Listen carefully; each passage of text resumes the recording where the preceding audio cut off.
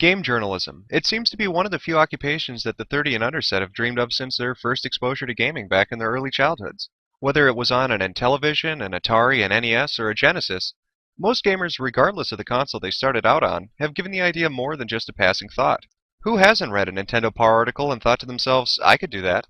Be it for fame, money, access to E3, or just plain old wish fulfillment, it would seem that the idea of covering the game industry strikes a similar chord in the minds of most gamers. It ranks right up there with occupations like game developer or tester, a fantasy job. It's the kind of idea that attracts advertisers in droves. They target it with the promises of easy placements within the industry and the tools needed to tighten up the graphics on level 3. And while we all might enjoy fantasizing about what it'd be like to have a profession which is at the same time both a hobby and a paycheck, have you ever stopped to consider that the job's title involves more than just the word game? Yes, I'm talking about the journalism part. It would seem as if the majority just skim over it, like the nutritional information on a package of Oreos. It's not really what they're interested in. They want satisfaction, not information. And as with most fantasies, there's a disconnect between what we imagine it to be like and what the reality really is, or more importantly, should be. I'd like to take a moment now and simply make a distinction between two different things. Between what a critic is and what a journalist is. On the surface, the two might appear to be almost the same thing, and at first glance I can understand why people might be led to believe this. But when you sit down and really think on it, there are some important differences that define what each profession is and the goals that each hope to attain. Now, both of these professions have a great deal in common. Each can cover a wide variety of subjects from film to technology, gaming to art. There isn't really an area of everyday life or commerce which is off limits to either. Both can offer opinion, whether in the form of a critique or an op-ed, and each has the ability to sway minds and influence public opinion, be it Siskel giving a movie a thumbs down or Edward R. Murrow calling out McCarthy. But as similar as each is to the other, there are differences. Differences which, by their very nature, help to separate the two into completely different occupations. As I said, each can offer opinion in a multitude of forms, but it's what backs those opinions that make them so different.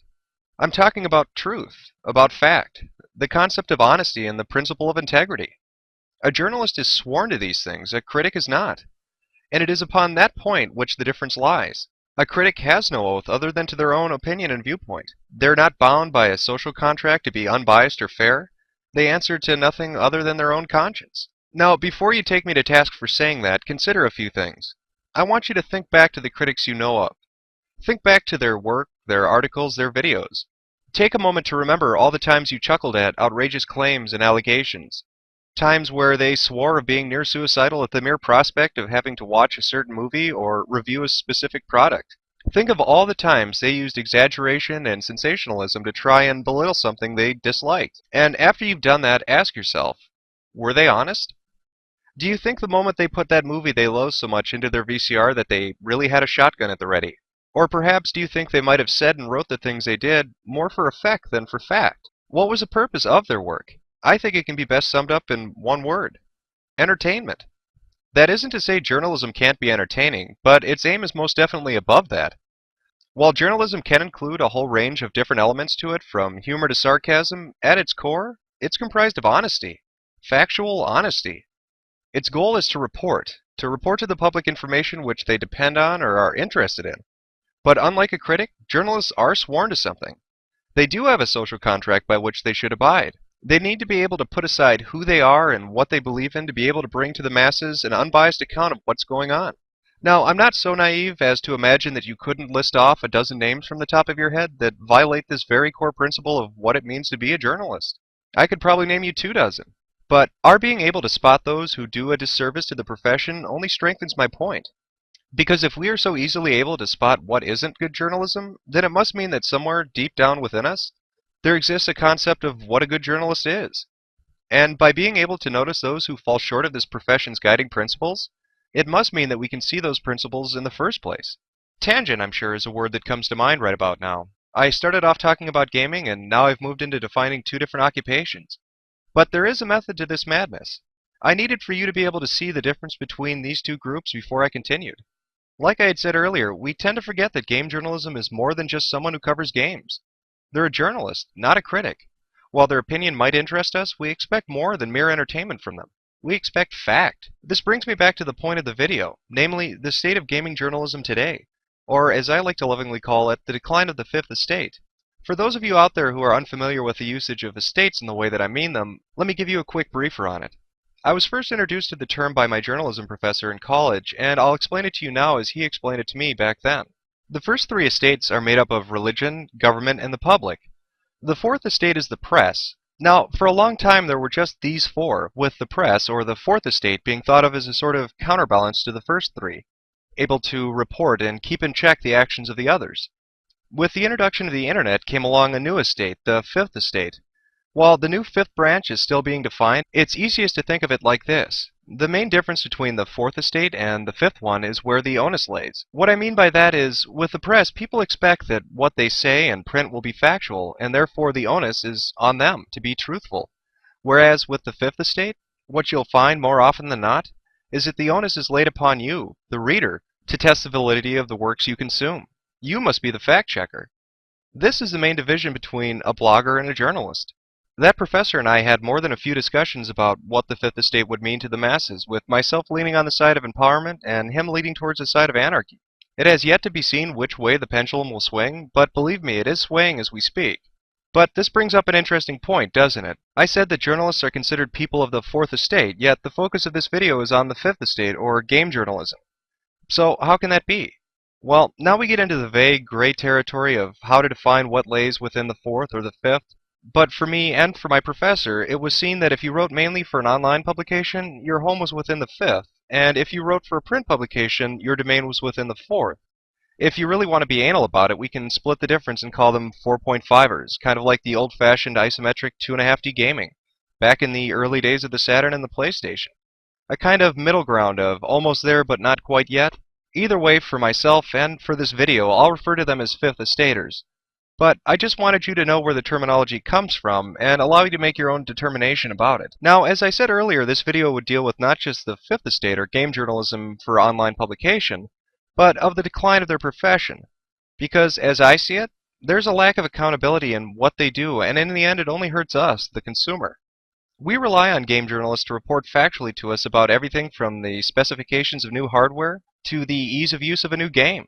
We trust that their pieces will be written in an honest and straightforward manner. Yet, when you take the time to look at the current state of this new generation of online journalists, what you end up seeing is a profession which has done itself a disservice. They've done this in a few ways, whether it's allowing their advertisers to corrupt their articles, being bought by companies to offer praise rather than truth, or just being apathetic to the point of misrepresentation of the facts. Some have even gone as far as to outright lie for no other reason than they can. I'd like to cite a few examples now for you to show you just what I mean and to help illustrate just how prevalent this perversion has become. So let's begin with something small and work our way up. The first is an article written by Justin Calvert of Gamespot, which he wrote back in November of 2006. The piece was about a hands-on demo he had at the Ubisoft offices for the game Far Cry Vengeance on the Wii. This is an excerpt from the article he wrote in which he talks about the controls for the game. This is what he had to say. We're pleased to report that after about 10 minutes of walking around and surviving encounters with enemies, more by luck than by judgment, we were playing on the easiest difficulty setting, we came to grips with the control setup and ultimately found it to be quite intuitive. Later on in the same article, he goes on to talk about the difficulty he had in using grenades, but then follows it up with this statement. Judging the distance of our throws proved to be quite difficult at first, but after spending a few minutes at a practice range, conveniently located in one of the game's 3 new maps, we found that the system worked well. Now, I bring this up as my first example because you would be hard-pressed to find any gamer who would say that the controls for this game were either intuitive or easy to pick up. In fact, aside from it being one of the worst-handled ports for the Nintendo Wii, it was also one of the most difficult to control, with a whole host of bugs in the game that caused many people to have issues. As I said, it's a small example, but a valid one. Why would a game journalist, and yes, Justin is one, after all, he's been doing it for well over a decade, having gone from print media to online media for Gamespot, say that a game which was universally panned for bad controls had intuitive ones? After all, this is a man who's had years of experience both playing games and reviewing different aspects of the industry. Yet, in this hands-on exclusive prior to the game's release, he praises it for its control. How many people listen to what Justin wrote and purchase a game merely on his reporting? How many people put their faith into his words, and how many were burned by it? The next example I have is of a game journalist by the name of Jim Sterling from a website called Destructoid.com. It deals with an article he wrote about Halo Wars, a game for the Xbox 360. Now, Jim wrote his piece, an in-depth review of the game, and published it on the website. The problem with this? Well, allow me to quote Ron Workman, since he puts it better than I could. After reading Jim Sterling's review of Halo Wars, I was convinced he virtually didn't even play the game. Then, as someone at the party this weekend was smart enough to look up an in-depth game stat, he didn't even finish Chapter 3. Anything past it, never played multiplayer, which is basically the point, and could have made it through what he did in an hour or two at most. Now, while our first example with Justin Calvert dealt with what could be seen as trying to play politics by giving a favorable review in hopes of creating or sustaining a working relationship with an industry publisher, this example deals with a weak, almost apathetic work ethic. Again, this is a journalist who purports to give you a fair and balanced in-depth review of a game and yet doesn't take the time to play it for more than an hour, nor to check the features of the game such as multiplayer. And while Mr. Sterling did eventually go on to amend his previous review by playing the game through properly, one has to question whether his motivation was more in an effort to save face, rather than to be a responsible journalist. If not for Ron Workman, would Sterling have gone back and given the game another go? And if he was willing to do it with Halo Wars, what other games might he have done it for? Would you feel comfortable basing a purchase off of his work after finding out that he doesn't really play the games the whole way through? While Calvert and Sterling's actions are questionable, the piece which Kotaku did about Fatsuma raises even more issues. Now, I had stated earlier that I wanted to deal with game journalists online, but I felt this was important to include because of just how shocking this sort of allegation is. Fatsuma is the largest Japanese gaming publication, and it was one of the most trusted as well. Yet, as Brian Ashcraft points out in his article for Kotaku.com, there are some serious issues going on with advertisers pulling in favors to get good ratings. This has to do with the game Peace Walker receiving a perfect score of 40 out of 40 from the magazine, a magazine which, for a long time, rarely handed out this honor, reserving it only for the best of the best. And while I have yet to play Peace Walker, and can't fairly judge its merits, Ashcraft lists a host of reasons as to why this should be questioned. A link to the full article is included in the description, and I encourage you to go check it out for yourself. My final example is, to me, perhaps the most damning. It's the most damning because of the amount of game journalists it involves, the recentness of its occurrence, and what I see as a disgusting violation of what it means to be a journalist of any kind. It happened at this year's E3 during Microsoft's presentation, and I have the portion in question for you to be able to watch. I ask that you watch it and see if you can spot what I'm talking about. Well, I'm excited to share that we're shipping the new Xbox 360 to retailers today.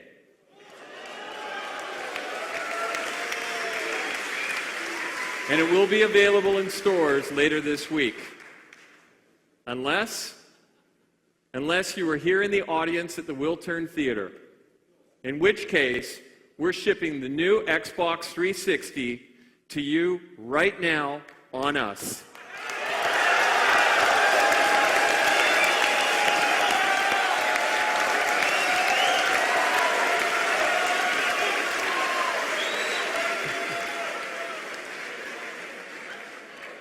To me, this is clear-cut bribery, plain and simple. Microsoft bought the men and women in that room. There is no excuse for accepting that kind of money in any form, whether it be in cash or property. It calls into question your ethics if you do. It doesn't help matters either that they all stood and applauded.